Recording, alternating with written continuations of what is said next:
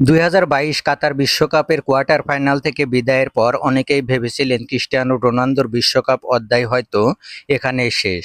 কারণ 2026 বিশ্বকাপের সময় তার বয়স 41 পেরিয়ে যাবে। তবে সেই সব আলোচনা আর সব জল্পনা কল্পনার অবসান ঘটিয়ে আরও একটি বিশ্বকাপ খেলতে যাচ্ছেন পর্তুগিজ সুপারস্টার। এবারের বিশ্বকাপ হবে রোনালদোর ক্যারিয়ারের ষষ্ঠ বিশ্বকাপ।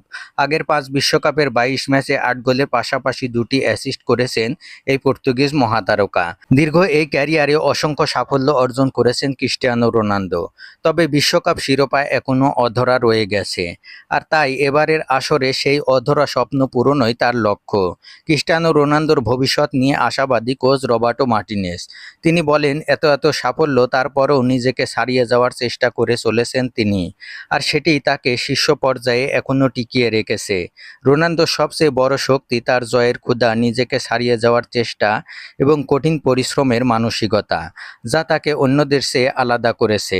2026 বিশ্বকাপই শেষ নয়, তার 2030 বিশ্বকাপ খেলার সম্ভাবনাও উড়িয়ে দেননি মার্টিনেজ। মার্টিনেজ বলেন, রোনালদো অবশ্যই সেই লক্ষ্য পূরণে কাজ করবেন, এতে আমার কোনো সন্দেহ নেই। রোনালদোর পেশাদার মানসিকতা, পরিশ্রম তরুণ ফুটবলারদের জন্য অনুসরণ করার মতো উদাহরণ। আগামী 17 জুন ডিআর কঙ্গোর বিপক্ষে ম্যাচ দিয়ে বিশ্বকাপ অভিযান শুরু করবে ক্রিস্টিয়ানো রোনালদোর পর্তুগাল। এরপর 23 জুন উজবেকিস্তান এবং 28 জুন হামেস রড্রিগেসের কলম্বিয়ার মুখোমুখি হবে তারা।